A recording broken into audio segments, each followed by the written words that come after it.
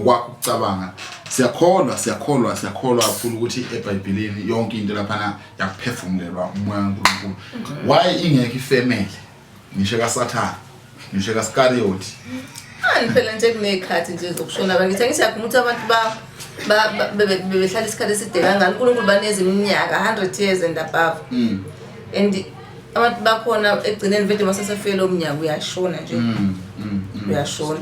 I think nangesikhathi uNkulunkulu eba-create abantu umuntu create izinsuku zakho zokuphila and then mase sekushaya isikhathi bayahamba ngoba egcineni kwala vela khona eBhayibhelini ukuthi uyashona usibani uphatha abantu uyashona kuphathe abantu obviously usho ukuthi bebehamba phela beshona kanjalo inkinga mhlawumbe isekutheni labantu abenza iBhayibheli bafika phela nathi sivele phela izizukulwane sesigcina ngabe sokugcina nathi asivele phela izizukulwane kuba kwabakhona nomvelo naye angene eBhayibhelini bakuya ngami ngabe kuya kanjalo.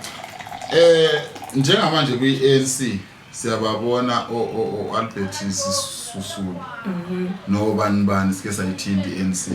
Abantu abadala kakhulu siyababona oShaka, siyababona oZwangendaba, siyababona oFaro. You understand? Yabona nje uFaro. I-family kaFaro ikhona. Hayi ngeke. Khumbula nje lokhu kuthiwa amadodana ayagana bahlukahlukana. Nomunye asuke yakwelinye izwe kwakha lapha bese kuphela ngathi ikakhulukazi abantu abafocusa kubona ilabo uNkulunkulu abanika ama position ukuthi wena makhamba wena sekungena wena ngoba wena umuntu anami yalalela focusa kubona but extended family akube kusangenwa kuyona.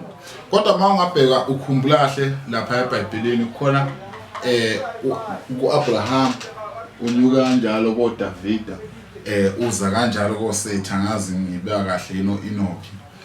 Uthola ukuthi lapho okwazalwa khona uSolomoni nobani angeke uDavida ngoba sizwile ngayo ukuthi wayenabafazi uDavida aba-1000 inkulungwane 700 abakubo 300 izizwe ama-foreigner line waxoshayo yena uDavida wayenawo abafazi abaningi. You understand? Ucabanga ukuthi ngokwakho yayingaphela kanjalo ifamily kaDavida na until no? Angiboni ukuthi yaphela. Mhlawumbe nawe nje inzalo yabo wathi inzalo yabo. Because angithi uNkulunkulu umbekile uDavid ukuthi abuse abenkosi. Kodwa mayenza ukuphambene noNkulunkulu bemshabalalisa. uNkulunkulu phela nje angifihli lokho. eBhayibhelini mawenza into wrong uNkulunkulu akutshela kubonisa. Isikhathi sakho sokufa mase sifikile uyashona kuphume kungena umuntu. Yeah. So into engicabanga ngake ngamention ukuthi uNkulunkulu befocusa kulomuntu amethembayo ukuthi angaba leader. Yeah. Ama extended family wakuthothi kuthiwa bona bamthwa yini ukuthi inkosi kuphe izipho bese uyasuka kuphe nendawo yokuhlala uhambe uhlala le udendeni wena uNkulunkulu adile nawe ukuthi ngiyalela ukuthi wenze 1 no 2 no 3 kubantwana bami. Yes. Kodwa ngeke ngisho ukuthi nefamily yakhe isuke ikhona sasa kubona abaqavanga ngobani uNkulunkulu akekho eduzana. uNkulunkulu mawunayo mayithandile noma mawenzela kahle umusa noma ekuthuma umlaleli ububa close naye kakhulu. So ngaso sonke isikhathi ubekubeka imihla kuze kushaya isikhathi ukuthi iyaphela bese kutake over umunye kanjalo. Umucabanga wena ukhona umuntu osewake wavela osazovela othi mina ngiyumzala kaMama omncane ngagogo kaJesu? Akholulwa ngoba izizukulwane siqala le kudala sebashona bonke labo. Ngoba ngisho ukuthi iminyaka ngithi wayeqalela uNkulunkulu uzophila 300 years. Makufika 200 years uyashona kuvela abasha. Angithi uyezwa lapha ukuthi kunomuntu okuthiwa njengoba uzothi ahlangana nazo. Khona umuntu othiwa uLuzman. Uyabona ngani umuhambela nje na history yomnguni history yabantu. You understand? Namanje sekhona history kantu umuntu oqala njengoba singabantu umuntu oqala namanje sikhona isizulu njengoba nje bezalana abantu besibabaningi balokhu kanjalo ulwazi bayazi badabukaphi yini oAbraham njengoba kuthiwa uzoba ukhokho wezizwe zonke. Sarai so namhlanje awusekuba uSarai usuSara nawe Abraham awusekuba Abraham usuAbraham ukhokho wezizwe zonke. Ishabala kanjani usho uNkulunkulu ukhuluma phinda asiphikise yini ukhuluma into ezishabala naye ukuthi wena uzoba umama wezizwe zonke bese uyashabala kanjalo sa Akhumbula la eBhayibhelini kuthiwa thina sonke singabuntu bomuntu oyi-one. Thina sizizukulwane nje siphuma kuyo le family labo David nabo Meshach nabo Shadrach. Kuthiwa thina siwumuntu oyi-one, siphuma kumuntu oyi-one. Ukuthi mhlambe njalo i-background mhlambe uthi nje mina nawe sala babo oyi-one.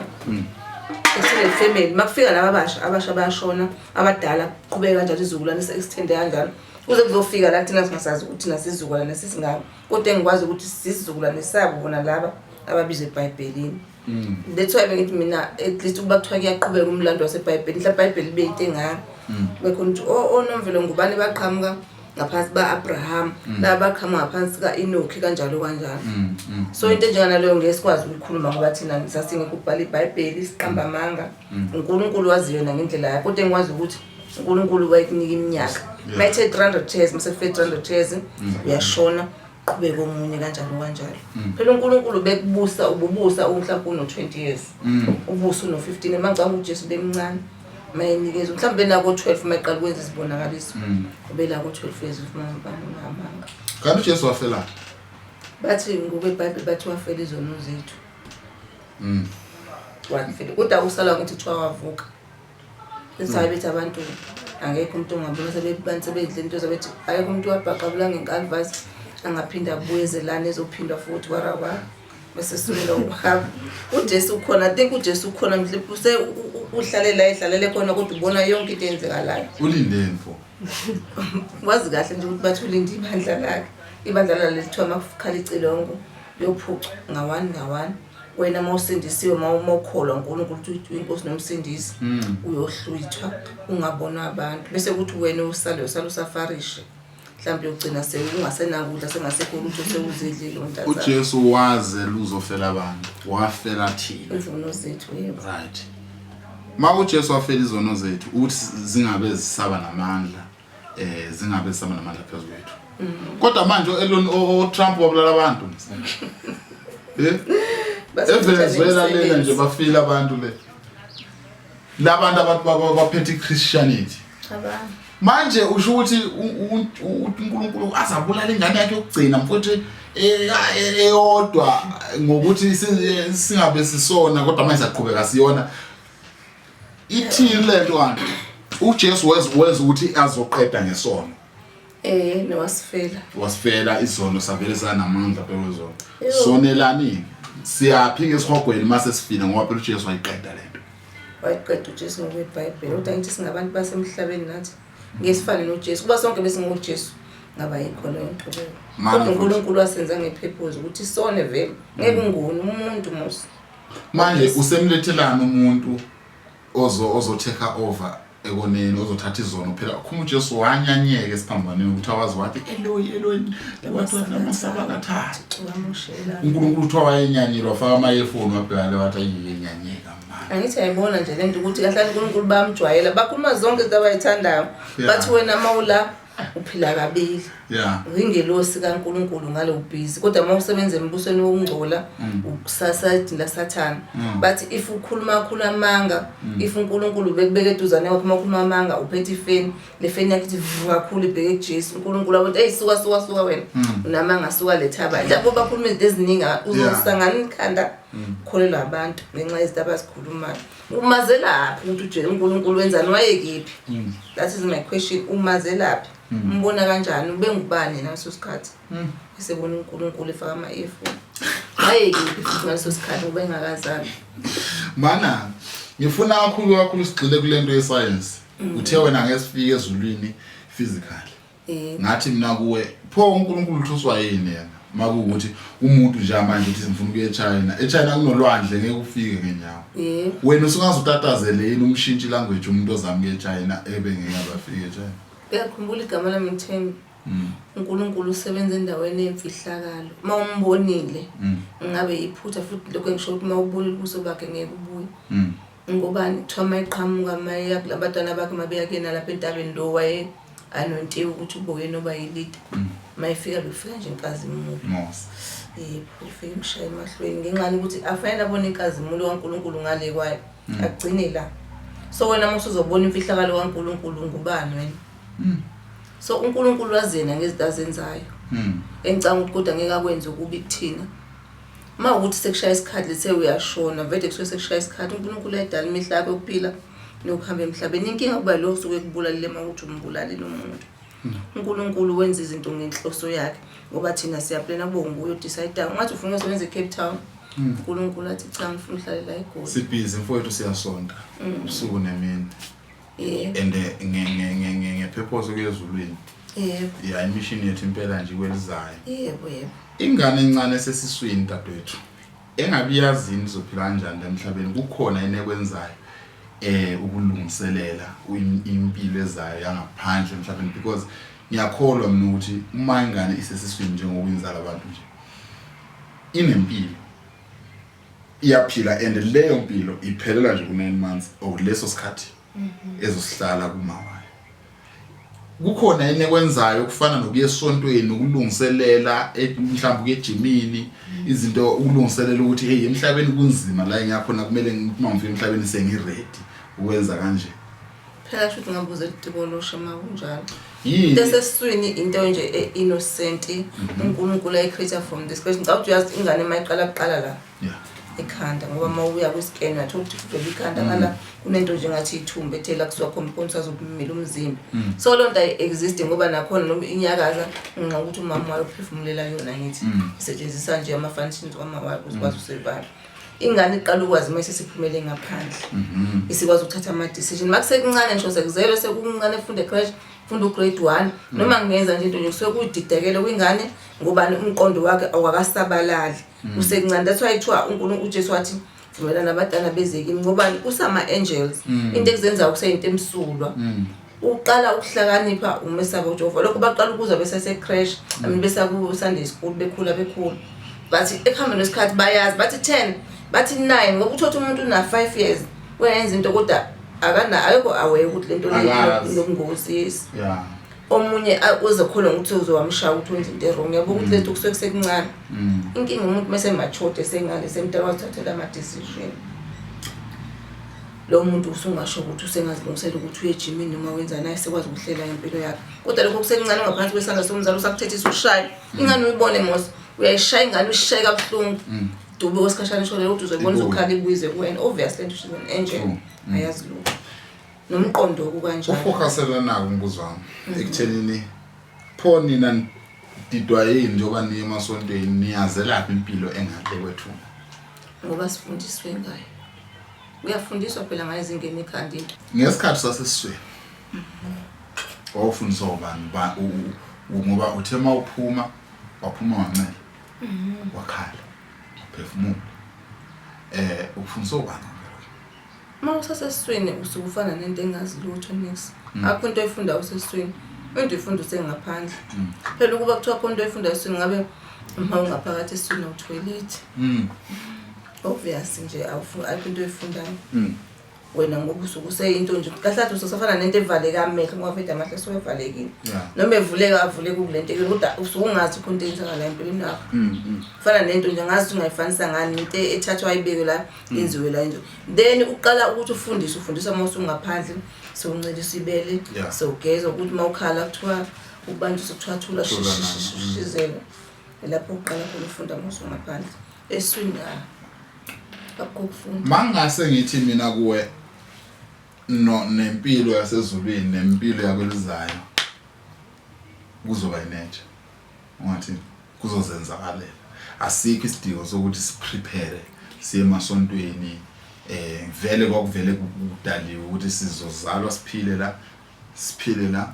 njengoba saphila nje siku-scrotum sikababa mhlawumbe sasiku-scrotum I don't know sadlula i-scrotum sangena kuyumbu sadlula kuyumbu sangena kwi-earth iplanet esikuyo mhlawumbe masifa konke lokho esizitshela khona nabo bekhepeliyasa bebe ayikho konke lento layisebenzi lezulwini uNkulunkulu uzofika asibuze nje ukuthi nithatha phi lento leyo uthini ngaleyo nto leyo nginako ukucabanga nje phansi ukuthi yazothi fika ezulwini uNkulunkulu asibuze impela ukuthi ngibani owayethe nenze yonke neniyenza laphana nishaya igubhu nisenzana hey bafethu yabona when it comes to comment kuleyo ndawo mina angifuna ukukhomenta ngomuntu ubelivela kwabelievayo mina njengami nokutshela ukuthi umuntu uma esezulwini uyoba sezulwini ngendlela abenza ngayo uhamba ngayo emhlabeni ufike uhlupha nawe ezulwini uyoqala uvivinye uqala before uyobona umbuso wezulu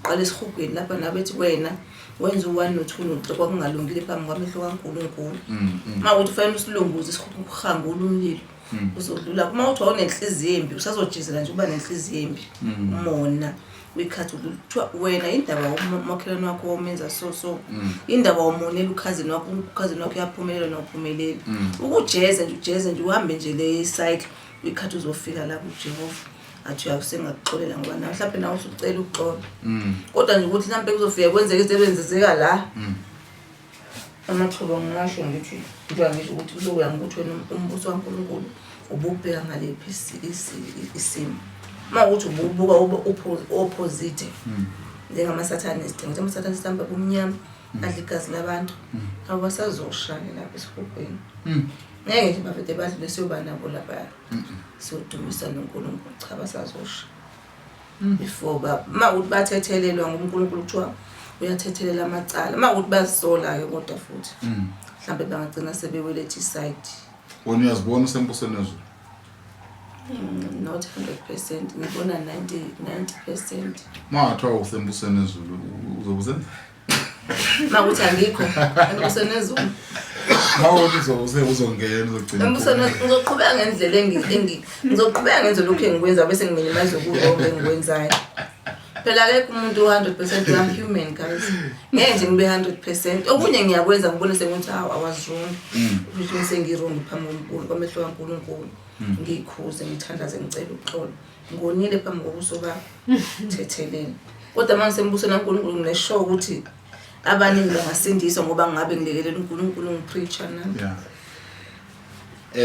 ubani ongafisa ukumbona mangathiwa uyafa namhlanje bese ezulwini along the way usaya ezulwini ubani ongafisa ukumbona la endleleni ngiyazi manje khona ohlekana lapha ekhaya ohleka ukuthi uphwala nje akuphe ebhedayo sonke siyakholwa sikholela ukezulwini so ngeke singakhuluma uhambo lo yezulwini ukuthi ubani umuntu ongathiwa even ufike esangweni emasangweni asezulwini ongafisa ukudibana nalandleni into ukuxoxa ubanje how yena eklip kushuthi ubheke uNkulunkulu naye yabo ukuthi kuthiwa into incinyane ndlela yakho okay le esihogweni kuthiwa kungagijima nje isiphofu imputhu yabona ngendlela evulekayo uthiwa inawo ama-humps namaphoto abathi yakutshela inhle kakhulu azilungiswa ngubani wawuthiwa ucebe kaNkulunkulu yanto zakukwazi inzimanga mana ubani ongafisa ukumbona wena endleleni okanye ongafisa ukumbona kuqala mangathi kuyenzeka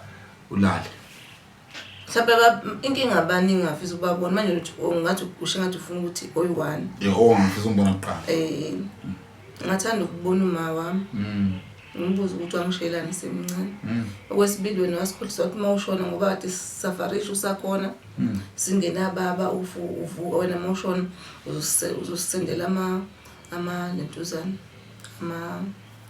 wathi usendela lentuzana incwadi wathi uzosendela lento wathi ama-checks umuntu nomuntu amfakele ukuthi yakhe nesignature yakhe hamba uyoshintsha le mali wenza into ufuna ukuyenza emhlabeni ungakwazanga ukuyithola ngambuza wawungenzelani isilimo bese ngiyadlula ngebhuti wami into uyijonga ungabe usungabulawa inhlamvu eyodwa ushona nje kabuhlungu ushika kabuhlungu because bekalinde mina ekhaya mina ngisebenzele izulu lento wabuye ekhaya mayifika athi ngiyaqoqa ukuthi ngingena entweni kade singayena iyangithinta le ndaba ukuthi ngingafika ngifuna ukubona umuntu urider akagula akanankinga wathanana nje nentombazana antonga ngizombhanqa neginza iginza lathi okay nishaya full swing ngize ngivashana emagoli akuphilo y1 nje ngizocaca ukuthi ufuna kufe noma ufuna kufele lisuka lapho njalo umuntu ufike kamuva uplan ugelwa abanemithi kwaba nebirthday ibhuti wami uzothenga imaterial because okunye bese kukhona ekhaya lokho ethenga material uzokwakha akutshela ugesi sasivuka sedrobheni siyothenga material ufike nengane yakho ubhuti mayihamba ubhuti akabuyi ingane yasho into akabukhona nomntana nami first born bahlele endlini shawo 11 umalume akabuyi baba akabuyi awubayezwa kuqhuma isibhamu ngabo 11 sizomthola umuntu kuthiwa uhudule emzini wentombi bazombeka emfuleni mabeqeda umbeka emfuleni bamcamlisa kuphaca becherry yakhe angaqhukanga bajika lapho umuntu oqala wayeyogibela ekuseni izimoto zasekuseni wambona lapha eduze kwendlela kunomfula nje then bese kuba indlela nje ukuhamba nemoto idlula ngasekhaya so iya ku main road nangulela athi hayibo lo mntana lo bhoti lo wangubani ngiyamazi wena umuntu onamagwegwe esibhodini onezitho yelo akulandela igazi akulandela aza ulifice egcekeni bathi noma baligqiba sekulethi lo bhoti esebonile siyafonela khona into esimfanisa yonke ngibheke phansi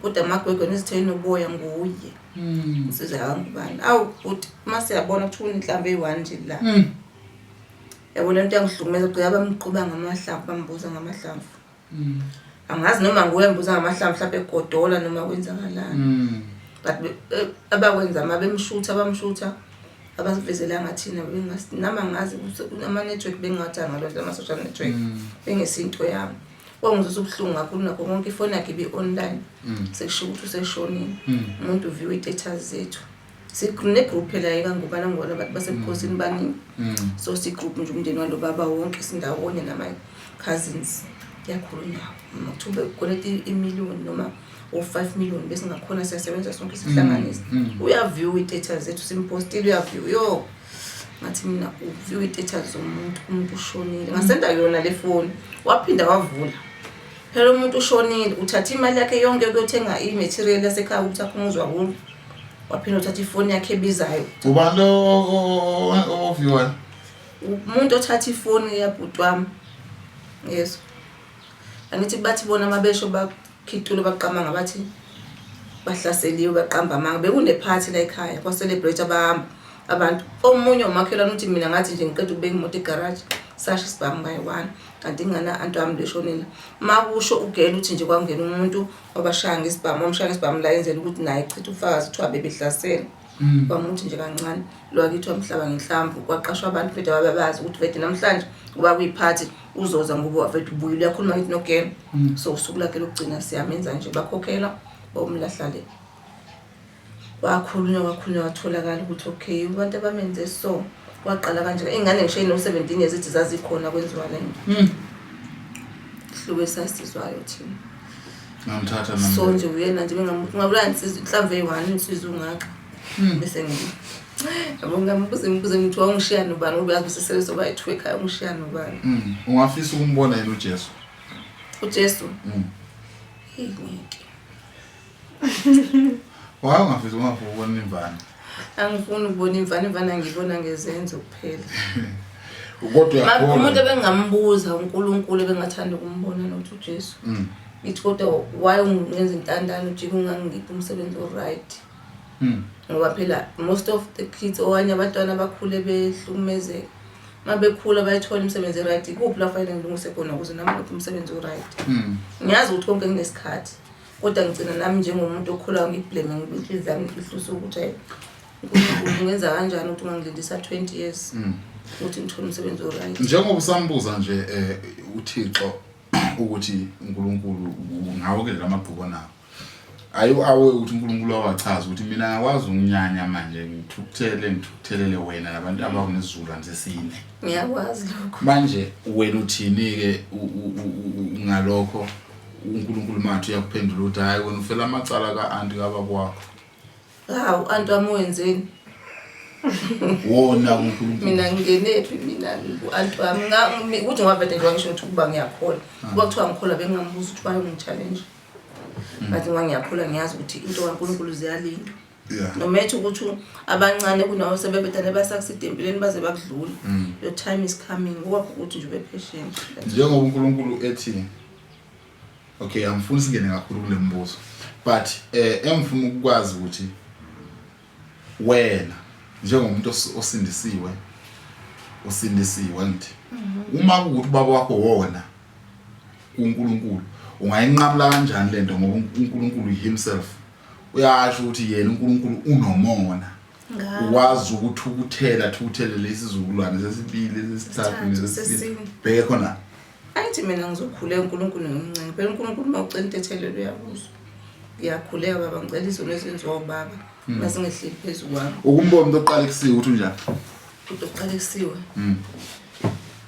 umuntu oqalekiswe noma engakhala okokuqala uma uqalekiswa kunqanyile i-connection communication ayisabikho nobani nalo muntu oqalekisayo let's say mina ngikhuluma isiqalekisa mina ngiqalekisa wena angikhuluma ukuqalekiswe umkhulu wakho okay uqalekisa umkhulu wakho manje then kusekuqalekisa umkhulu wakho uNkulunkulu himself wathi yena uyazonda ekwatela ukuthi ubaba wakho onile ashaye wena nabantu abakho nabantwana abantu abakho uma ukuthi wena njengoba uhlupheka uhlushekiswa ukuthi ubaba wakho wona then uNkulunkulu ethi angikwazi ukuthi ngithi ngikhuluma into ngisaqhubeka ngayo uNkulunkulu mekunikeza impendulo yokuthi wena ngade ngishaye ubaba wakho kuwe uzobe sewuthini wena kuNkulunkulu ngoba phela kade umkhonza uye esontweni ulindele ukuthi uNkulunkulu uzombusisa kodwa kwesinye isandla uNkulunkulu ushaye ubaba wakho kuwe ngizomcela ukuthi ngizokhotha eBhayibhelini ngimtshela ukuthi uthe asibocela uzosipha wathi sibonqonqozo usivulela ngicelile ngegama lakho ukuthi uthethelele ubaba wami ungani ke phuma ngithethelele ubaba wami abelala nguzwanga lokho ngoba ngikuqalekisile ngilalela la uqalekisile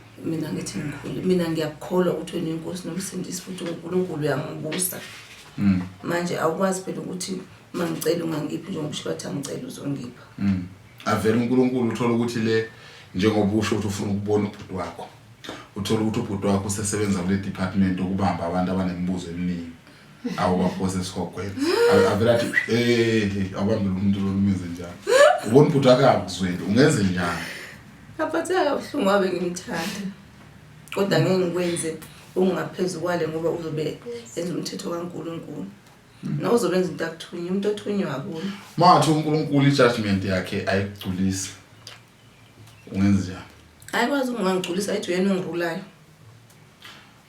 mawuthi usukwahlukana nomuntu esilisa njengoba waye kurula yini yakwenza ukugcina thatha isinqumo sokuphuma kulo noma engangirule kwakuthi wenza into ezaziphambene umuntu ashintshe nithanda nomuntu azoshintsha ekugcineni makuthi uNkulunkulu wenza leyo nto ngoba thina senze ngomfanekiso wakhe onzoze njalo enza izinto eziphambene phela nje ukuthi wena nakho manje uyakhuleka ucela imali usuzufile manje awunayo imali and sesifike ezulwini uthola ukuthi umfowethu lo washona uye manje umela kuyise sokweni leyo nto leyo yabona ukuthi is unfair ungenze njani njengokuthi yena useseduzane kaNkulunkulu angithi uyaleliwe ukuthi angenze 1 no 2 no 3 anginakho umuntu ngingafuna umphawarisha im overpower ngithi mina wena angiyenzi into eshoyo ngizosho ukuthi ngiyathobela message lo edlulisayo ngoba uthunywe omkhulu kunawe akuwena oshoyo kahle kahle angisho futhi ngizomblame ukuthumeni ngizokwenza ngendlela enithi angenze ngayo nami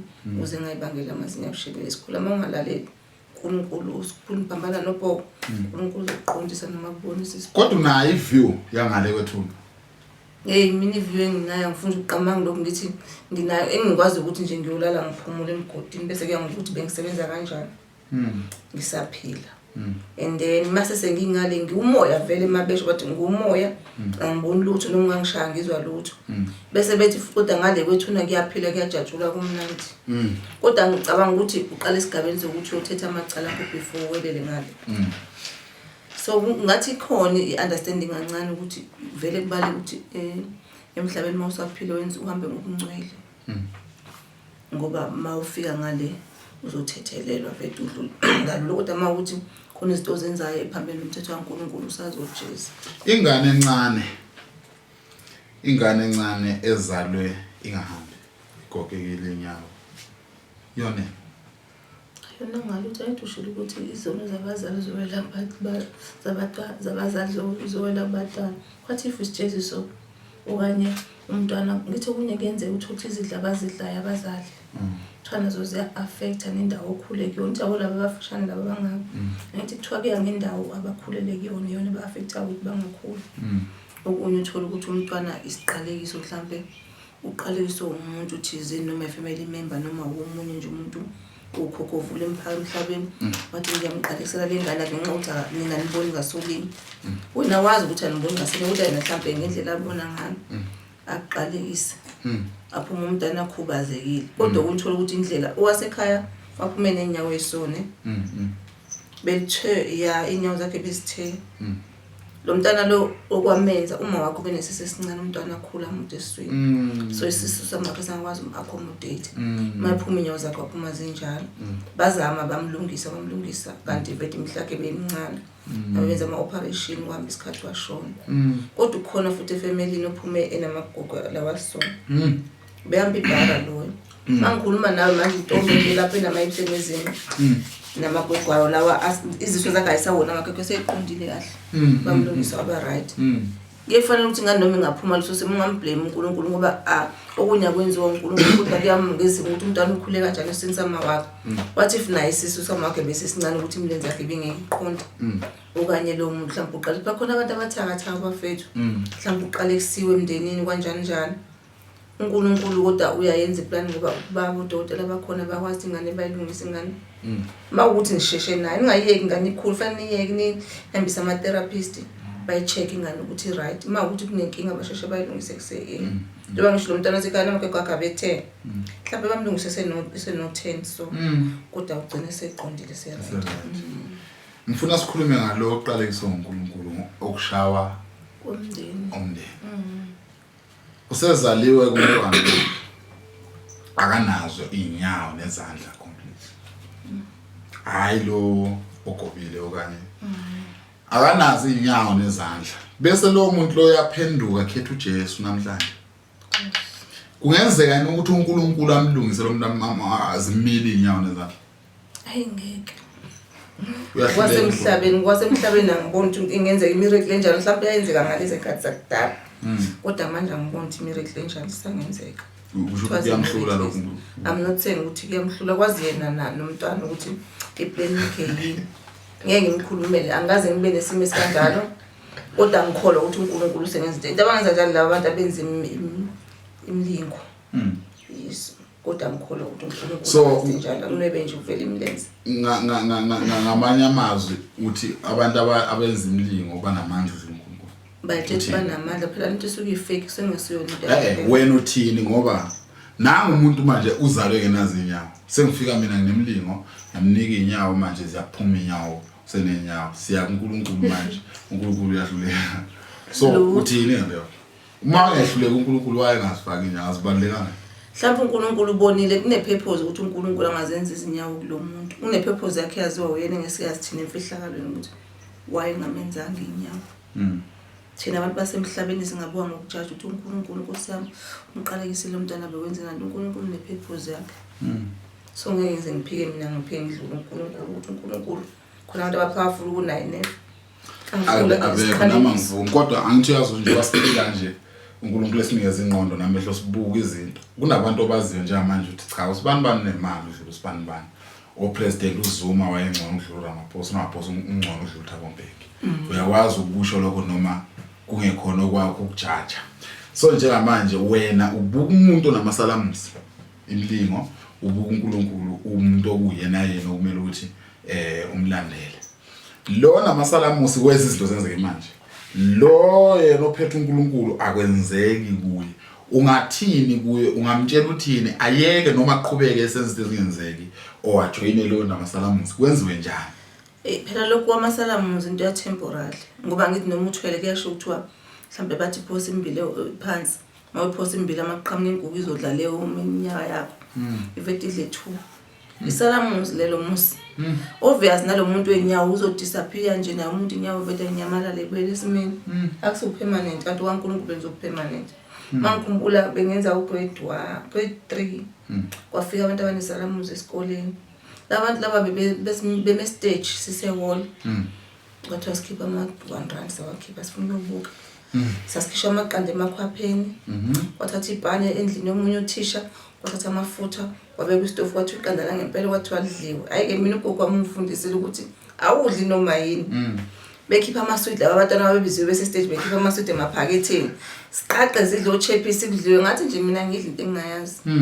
Uthe isuka lo isalamusi ingane yabantu wathi ubani ufuna ukuba imfene ingane ziye stage. Uyabona ukuthi lo uhlobo la kuba khona ekuthakathweni mina ufuna ukuba imfene. Wathetha uthisha wathi buyelana emuva. Ngase clinic ne police station. Kuthiwa police station bebabophile wasathi imoto amaphoyisa kodwa wenza ibhara. Ajika laba ibhara. Emva kwesikhathi mase behambile lento yenyamala besimini. Akunikeza imali asambe uthenga mafuku athenga leso store nye imali ekuthile izonyamalala yonke yekeni. Ithilisa nale 100 rand abakunike yona. Yabo uthi yonke into yakho ni fake. Mfowethu kunento ethi amaphoyisa nezibhamu ukubona ukuthi basebenzisa kanjani izibhamu la eAfrica sinenduna sinombusi waseTopia isabizwa ngeKhushi dala owatrainer ingonyama amabhubesi amachitha nanani ukuthi adile neenemy phela. Okay. Yes. Amabhubesi ayesebenza njengezinja. Ungayibiza uthini le nto isalamusi umlingo yini lo? Ingenxa technology. Amabhubesi ahlala ehlathini ukuthi okay fine ngiyeke la eMalawi.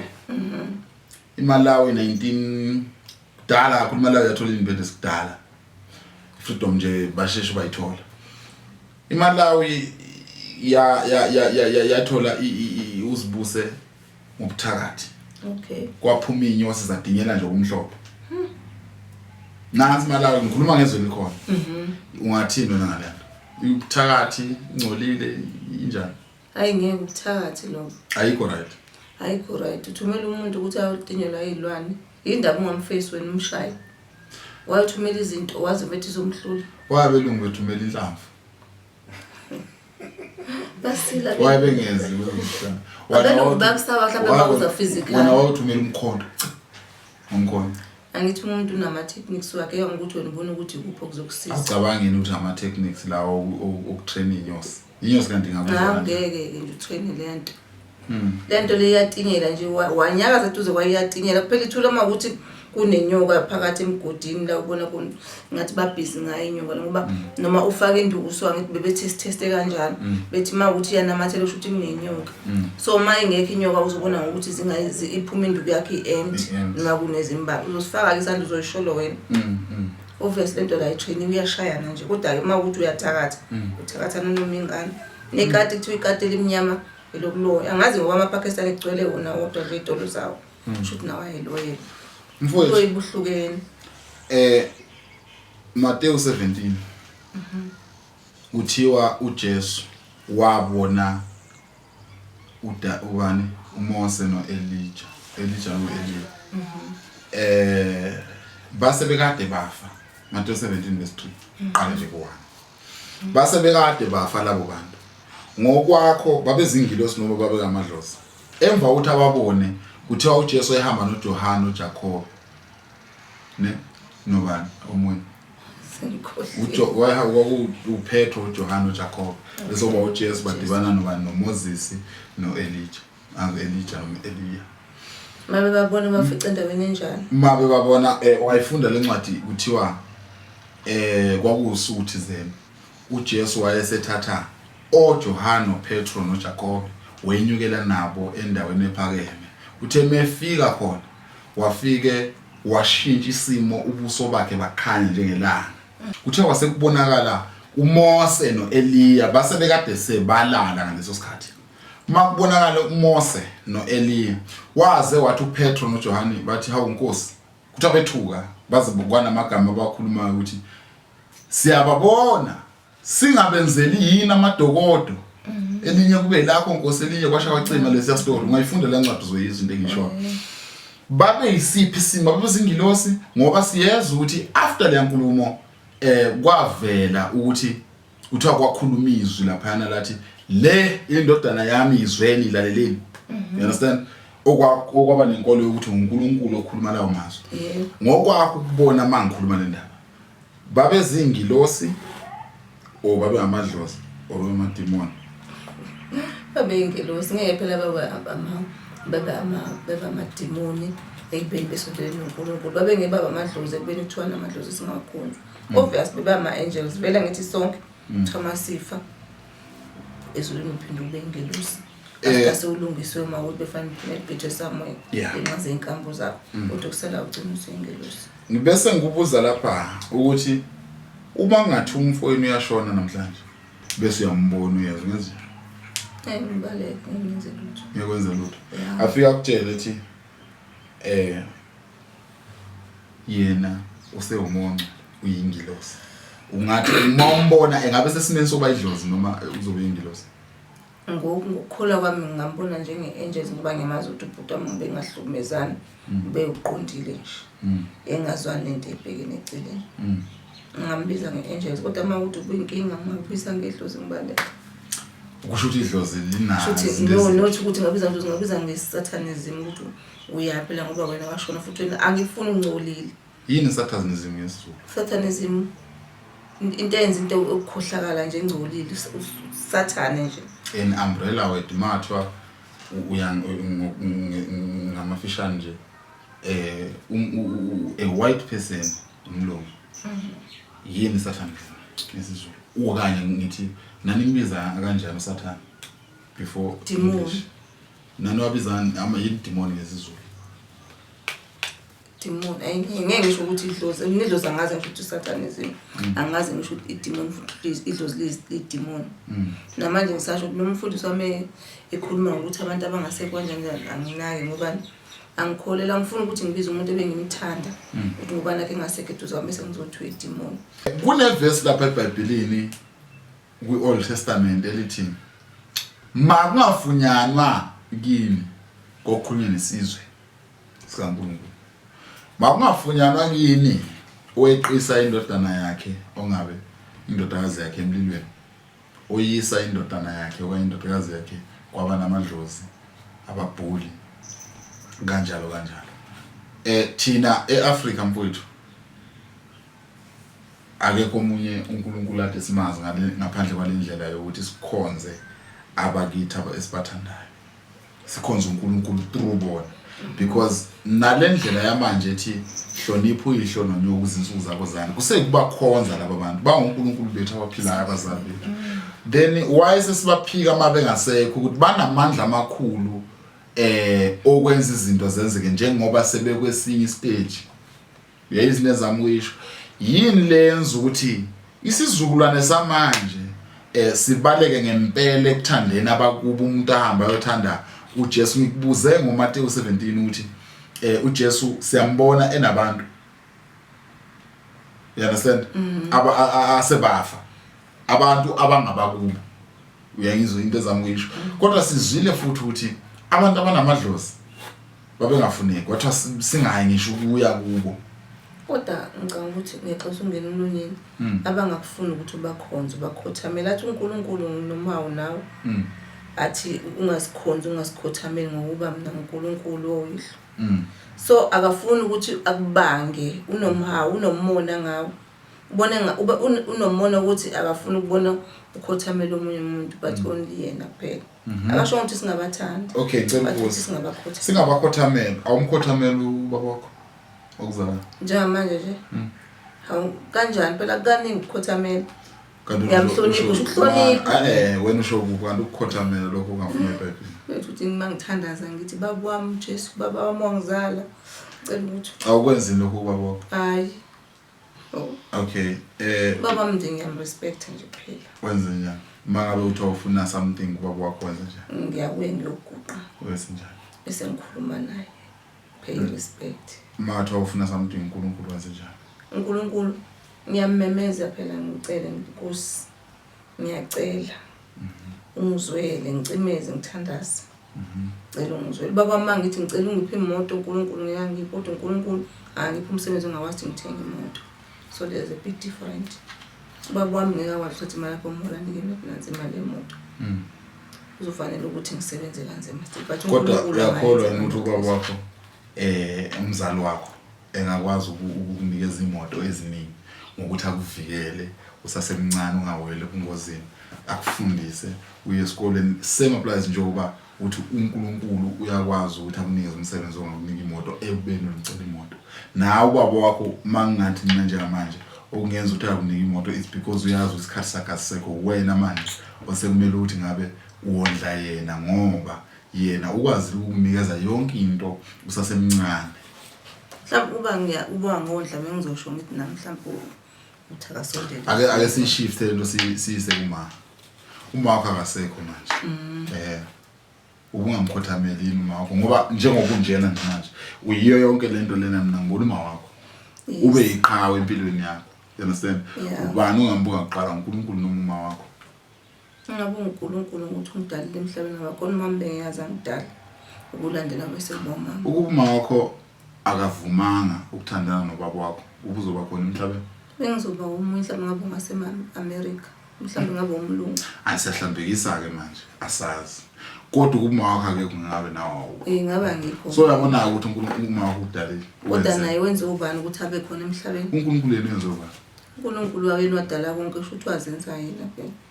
Njengoba wakho yena kuyena umuntu owakuzala. Naye wazizala na. Akayizalanga uNkulunkulu wenza imiracles yakhe. Wangithi walala nobaba nomkhulu gogo.